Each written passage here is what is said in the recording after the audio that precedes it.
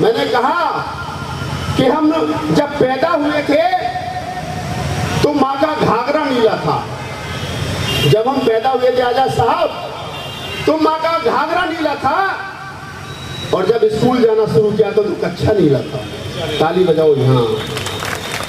हरदोई के लोगों तुम बड़े क्रांतिकारी हो, लेकिन भूल जाते हो कि जब मैं राहुल नागपाल पैदा हुआ था तो माँ का घाघरा नीला था, और जब स्कूल जाना शुरू किया तो कच्छा नीला था, और जब पहली बार वोट डाला तो झंडा नीला था, और जब मरेंगे तो कफन नीला होगा। नीले के साथ गद्दारी नहीं करेंगे, ये ध्यान रखना।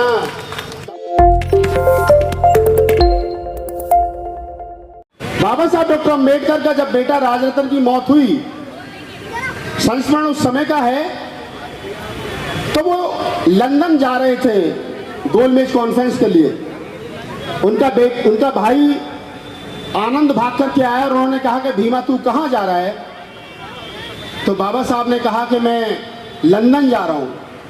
तब आनंद ने कहा कि तेरे बेटे की मौत हो गई है। तब बाबा साहब ने कहा कि इस बेटे का दाह संस्कार तुम कर देना, और अगर मैं लंदन नहीं पहुंचा तो गांधी एंड कंपनी देश के 7 करोड़ अछूतों का दाह संस्कार कर देगी।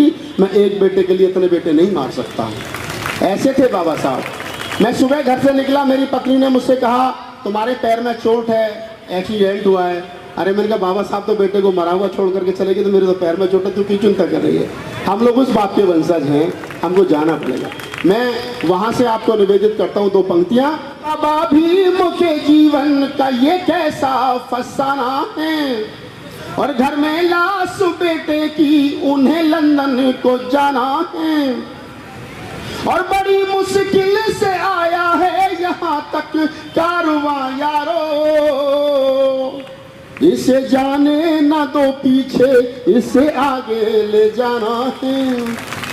इसे जाने ना दो पीछे, इससे आगे ले जाना है, कि बाबा भीम के जीवन का ये कैसा फसाना है। वो 4 पंक्तियां पढ़ता हूं जिसके लिए आदेशित किया गया।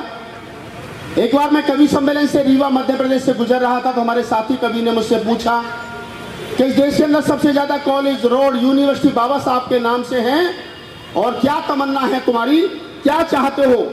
तो मैंने जो कहा कि बाबा साहब के बेटे बेटियों की तमन्ना क्या है, वो तमन्ना आपको पढ़ता हूं। हरदोई वालों पहले भी आपने सुनी है, टीवी पर सुनी होगी, यूट्यूब पर सुनी होगी, लाइव सुना रहा हूं। आप कैसा सुनोगे मुझे मालूम नहीं। तमन्ना क्या, सुनिए कि तमन्नाओं में तमन्ना अभी एक और बाकी है। कौन सी तमन्ना बाकी है बाबा साहब के बेटे बेटियों की? ये तमन्नाओं में तमन्ना अभी एक और बाकी है, ये फोटो भीम की नोटों पे अभी आनी। बजाओ ताली, थोड़ा सा महोत्सव कर दो, तुम सुबह से सुस्ती में हो। बाबा साहब की फोटो नोटों पर आनी बाकी है।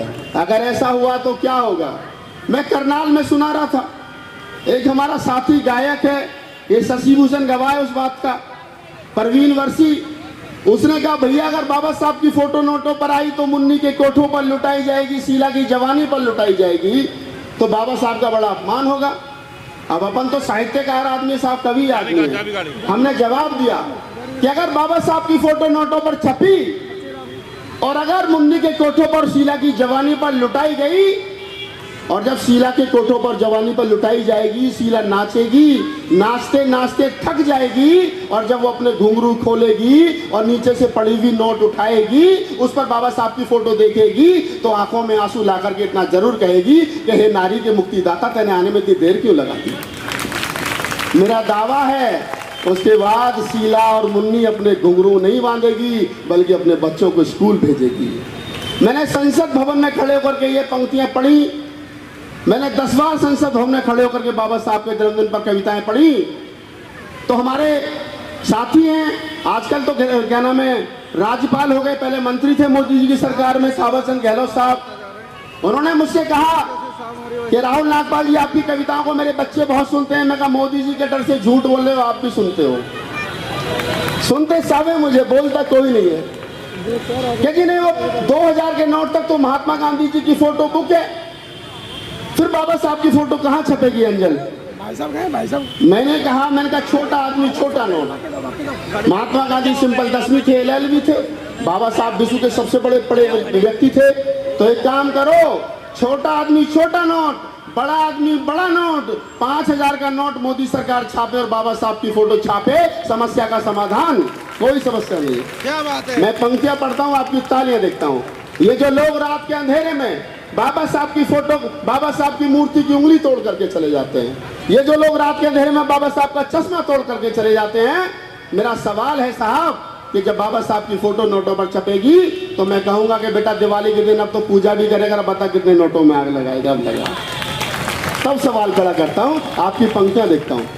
ये तमन्नाओं में तमन्ना अभी एक और बाकी है, ये फोटो भीम की नोटों पे अभी आनी बाकी है, और दिवाली के दियों से फिर यहाँ पूजते रहे बाबा, दीवानों भीम को देनी यही सौगात बाकी है।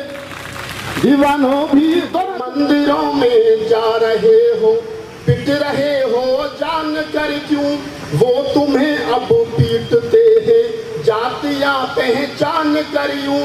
मेरा मन ये कह रहा है कि मेरा मन ये कह रहा है, उनको ये पैगाम दे दूं, पीटने वालों को जाकर मैं कोई इनाम दे दूं, पीटने वालों को जाकर मैं कोई इनाम दे दूं। बाबा साहब की नहीं मानी, कम से कम उन्हीं की मान लो, पिट करके तो मंदिर जाना बंद कर दो।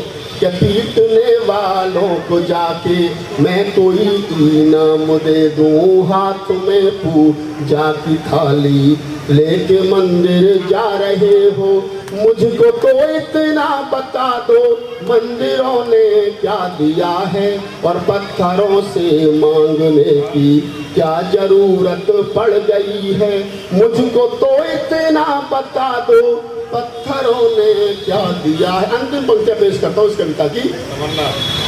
कि जाना था स्कूल तुमको, बाबा साहब डॉक्टर अम्बेडकर ने कहा कि सुबह को 2 घंटी बजती हैं, एक स्कूल की एक मंदिर की। अगर स्कूल में जाओगे तो पढ़ लिख करके IAS PCS बनोगे, मंदिर में जाओगे तो ताउम्र भिखारी बनोगे। क्या तुमको करना है कि कौन सी घंटी को सुनना है? लेकिन हम लोग क्या कर रहे हैं, मंदिर चल मंदिर चल मंदिर चल, जाओ मंदिर पिटो मंदिर, जाओ मंदिर पिटो मंदिर। अपन तो नहीं जाते भैया। कि जाना था स्कूल तुमको, अरे तुम तो मंदिर जा रहे हो, लानी थी डिग्रियां तुमको, तुम तो कावड़ ला रहे हो, अरे भीम की सुनते नहीं हो, बुद्ध को पढ़ते नहीं हो, मुल्क के शासक बनोगे दीवार पर लिखते नहीं हो, हाथ में पूजा की थाली लेके मंदिर जा रहे हो, मुझको तो इतना बता दो इन मंदिरों ने क्या दिया है, और पत्थरों को पूजने की क्या जरूरत पड़ गई है। ये जब मैं राहुल नागपाल पैदा हुआ था तो माँ का घाघरा नीला था, और जब स्कूल जाना शुरू किया तो कच्छा नीला था, और जब पहली बार वोट डाला तो झंडा नीला था, और जब मरेंगे तो कफन नीला होगा, नीले के साथ गद्दारी नहीं करेंगे, ये ध्यान रखना। तब मैं एक शेर पढ़ता हूँ आपकी ऊर्जा के